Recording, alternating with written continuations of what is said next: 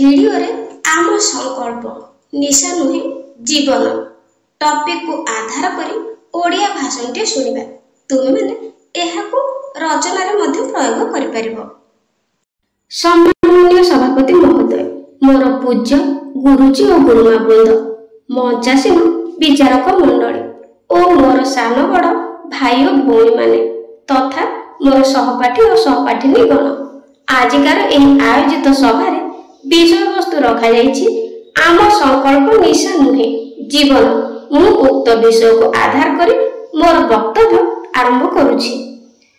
निशा ना सुनिले आज प्रत्येक वर्गर प्रत्येक स्तर लोकंक मुह विवरण देखा जाउछि। एही समस्या सारा पृथ्वी रे एक मारात्मक समस्या रे परिणत हेलाणी। मनुष्य जीवन केते जन्मर पुण्य स्वरूप श्रेष्ठ जीवन रूप रे प्राप्त होइछि। तेणु एहार महत्व को हृदयंगम करी बंचिबा समस्तकर कर्तव्य अटे। किंतु सांप्रतिक समय रे विशेष करी युवा समाज क्षेत्र रे निज जीवनर सार्थकता को हृदयंगम न करी निशा द्रव्य सेवन रे बुड़ी रहउछंती। एही कु अभ्यास निज जीवन को नष्ट करिबा सहित परिवार समाज एवं देशर प्रगति रे प्रतिबंधक साजुछि। निशा कहिले केवल मद को बुझाए नाही, एहा सहित बीड़ी सिगारेट गंजेई चरस हेरोइन हुक्का अफिम आदि निशा द्रव्य सेवन इत्यादि को बुझिबाकू हेबो। एही सब कुअभ्यास मनुष्यर स्वाभाविक प्राकृतिक प्रक्रिया को अस्वाभाविक अवस्था रे पहुंचाए। निशा द्रव्यर अत्यधिक सेवन फल मनुष्य उभय शारीरिक और मानसिक स्तर रे हिताहित ज्ञान हराई थाए। निशा सेवन फल व्यक्ति केवल तार निजर क्षति घटाई न थाए, एहा द्वारा तार सोनार संसार उजड़ी जाए, परिवार भांगी जाए, बंधुत्व नष्ट हुए एवं समाजर अनेक क्षति मध्य घटाई थाए। तेणु आमे समस्त निशा ठारू दूरेई रहिबा एवं अन्य मानकु ए दिगरे सचेतन कराइबा, जहा फଳରେ कि एक सुस्थ समाज गठन दिगरे सहायक हेबा।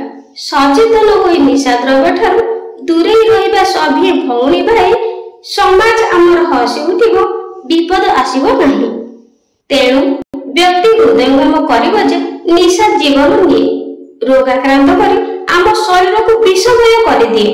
तेणु निशा द्रव्य ठारू दूरेई रहिबा पई संकल्पबद्ध हेबो। सेतेबेले से निश्चित भाବରେ एही कु अभ्यास ठारू दूरेई रही एक सरस सुंदर और सुखमय जीवन यापन करि परिबो। सरकार एवं बेसरकारी संस्था माने मध्ये ए दिगरे गुरुत्वपूर्ण पदक्षेप नेउचंती। आम ओडिशा सरकार आरंभ करिथिबा आम संकल्प भଳି अभियान युवपीढ़ी को मध्ये निशा विरोधी मनोभाव सृष्टि करिबारे सहायक होई परिछि।